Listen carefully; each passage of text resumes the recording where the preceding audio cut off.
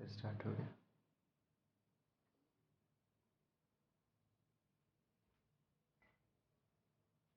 जय हिंद मित्रों, आज आप लोगों को हम क्वार्टाइल डिविएशन के बारे में बताने जा रहे हैं। इसमें जो है 3 क्वेश्चन एक साथ इंक्लूड है। क्वार्टाइल डिविएशन, क्वार्टाइल रेंज और कोएफिशिएंट ऑफ क्वार्टाइल डिविएशन। ये तीनों क्वेश्चन को इसमें देखना है। आप लोग से जो क्वेश्चन पूछा जाएगा आप लोग उसी का जवाब दीजिएगा। देखिए आपका जो क्वेश्चन है, आपका क्वेश्चन है इसमें calculate inter quartile range, quartile deviation and coefficient of quartile deviation from the following data. यह आपका क्वेश्चन का है।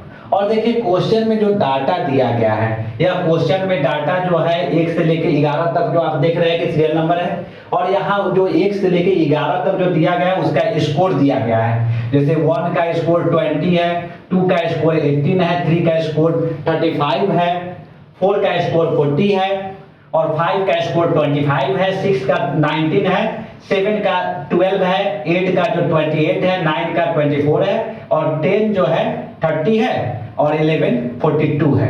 अब देखिए इस क्या करते हैं कि सबसे फर्स्ट टाइम जो सॉल्यूशन में हम करेंगे कि जब भी कोई डाटा है तो उस डाटा को हम असेंडिंग ऑर्डर या डिसेंडिंग ऑर्डर में कर देते हैं। तो आपका जो यह सॉल्यूशन है जो असेंडिंग ऑर्डर में यानी बढ़ते क्रम में इसको अरेंज कर दी गई है। और यह जो डाटा जो नंबर ऑफ जो डाटा जो है कि 11th है। अब इसको हम निकालने के लिए जैसे देखिए कि आपको 3 बताया गया, तो इंटर क्वार्टाइल रेंज के लिए जो फॉर्मूला होता है Q3 माइनस Q1 होता है। क्वार्टाइल डिविएशन के लिए जो फॉर्मूला होता है वह Q3 माइनस Q1/2 होता है। कोएफिशिएंट ऑफ क्वार्टाइल डिविएशन के लिए होता है Q3 minus Q1/Q3 plus Q1 होता है। अब देखिए Q1 निकालने के लिए क्या होता है, जब भी देखिएगा कि यह इवन नंबर होगा और ऑड नंबर, तो यहां पे आपको ऑड नंबर दिया गया है। तो ऑड नंबर के लिए क्या होता है कि n प्लस 1/4 होता है। अगर इवन नंबर हो तो n/4 होता है क्वार्टाइल निकालने के लिए। क्वार्टाइल का मतलब होता है, जैसे देख लीजिए कि आप अगर यह लाइन खींचे, इस लाइन को क्या है कि 100% है। अगर इसको 4 भाग में अगर आप इसको बांटते हैं तो क्या होगा कि यह 25% या 50% यहां तक हो जाएगा, यह 75% होगा और यह जो होगा कि 100%। यानी इसको अगर हम A मान लेते हैं, B मान लेते हैं, C D E। अगर A से B जो है 25% है, अगर A से C चलेगा तो 50% हो जाएगा और A से D चलेगा तो 75% है और A से E चलेगा तो 100% होगा। यह परसेंटेज में है। और यह क्वार्टाइल में क्या है कि हम Q1 होता है कि जो AB के बीच में जो 25% है, तो यह जो होता है Q1 होता है और AD के बीच का जो 75% यानी यह 75% देखते हैं Q3 होती है। अब इसको निकालने के लिए फॉर्मूला क्या है, Q1 के लिए हम क्या करते हैं n प्लस 1/4 टर्म, यानी कि n की टर्म होगी। अब देखिए कि क्या है, और Q3 निकालने के लिए 3 इंटू n प्लस 1/4 टर्म होता है। अब यहां निकालते हैं Q1, तो Q1 11, यहां पे देखें कि इवन नंबर है, सॉरी ऑड नंबर है, ऑड नंबर है। 11 प्लस 1/4 हो गया और इसको निकाले तो 11 प्लस 1/4 इक्वल टू 12/4 हुआ। अब जैसे हम लाए तो यह क्या हुआ, थर्ड टर्म, यह क्या हो गया, थर्ड टर्म का है। और थर्ड टर्म को देखिए कि आप इसमें देखिएगा क्वेश्चन जब अरेंज किए हैं तो थर्ड टर्म जो है कि इसका जो स्कोर जो है कि 19 है, तो इसका Q1 क्या हो जाएगा, 19 हो जाएगा। जो यहाँ पे जो देख रहे हैं यह वाली जो वैल्यू है, यानी कि थर्ड टर्म जो हुआ कि इसका स्कोर 19 है तो Q1 इक्वल टू 19। अब देखिए Q3 निकालते हैं तो इसका फॉर्मूला क्या है, n into n plus 1/4 term. अब यहाँ जो 3 इंटू 11 प्लस 1/4 इक्वल टू, जब इसको काटते हैं तो 9वां टर्म आता है। 9वां टर्म जो हो गया उसके लिए हम क्या करेंगे, 9वां टर्म के लिए Q3 जब निकालिएगा तो 9th टर्म देखिए कि किसमें आती है, तो यहाँ पे देख लीजिए n, यह जो है कि 9वां टर्म जो हो गया उसका जो स्कोर है 35 है, तो यानी Q3 जो हो गया कि 35 है और Q3 हम क्या किए 35।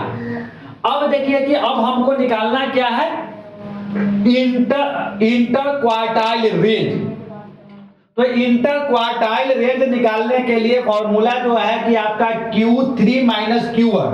तो Q3 मेरा 35 है, यहां पे देखिए कि Q3 जो आपका 35 है और Q1 जो है कि 19 है। तो 35 माइनस 19 इक्वल टू करते हैं तो यानी 16 हो जाती है। अब देखिए कि यहाँ पे जब आपको सिर्फ क्वार्टाइल रेंज निकालना होगा तो आपका यहीं पे इसका काम खत्म हो गया। अगर अगले स्टेप में अगर मान लीजिए क्वार्टाइल रेंज आपको निकालने के नहीं कहा गया है, अगर वह क्वार्टाइल डिविएशन कहा गया है तो आप क्या कीजिएगा, क्वार्टाइल रेंज नहीं निकालिएगा, आप क्वार्टाइल डिविएशन में आइएगा। क्वार्टाइल डिविएशन का फॉर्मूला देखिए क्या होता है, Q3 माइनस Q1 बाई 3 होती है, Q3 माइनस Q1 बाई 2 होता है।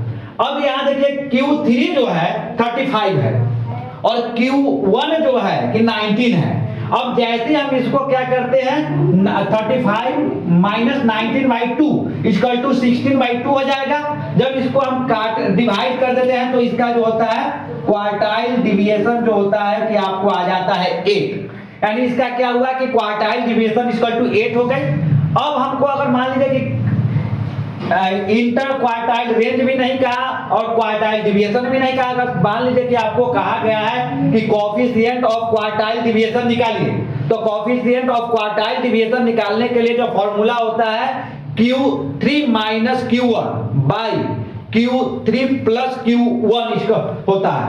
अब देखिए Q3, तो Q3 35 है, Q1 जो है कि 19 है और यहाँ पे दोनों को बैठा देंगे तो 35 माइनस 90 और यहाँ पे 35 प्लस 90, तो 35 माइनस 19 इक्वल टू 16 यानी 16 और 35 प्लस 19 इक्वल टू 54। जब इसको डिवाइड करते हैं तो क्या है कि आपको 0.296 आता है। 0.296 को आप 0.29 भी लिख सकते हैं अथवा 0.3 भी लिख सकते हैं। तो देखिए कि जब भी हम निकालते हैं तो अब तो यह पता चल रहा है कोएफिशिएंट जब भी होगी तो क्या होता है कि कभी भी किसी का भी कोएफिशिएंट निकालिएगा तो यह क्या होता है प्लस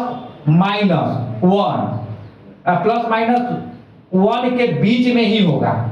यानी जब कोएफिशिएंट हम जब निकालते हैं तो प्लस माइनस 1 के बीच में ही होगा। जैसे आपने देखा तो यह प्लस में क्या आया 0.296 आया है। तो यह देख लिए, अब यहां पे आपको क्लियर है। चलिए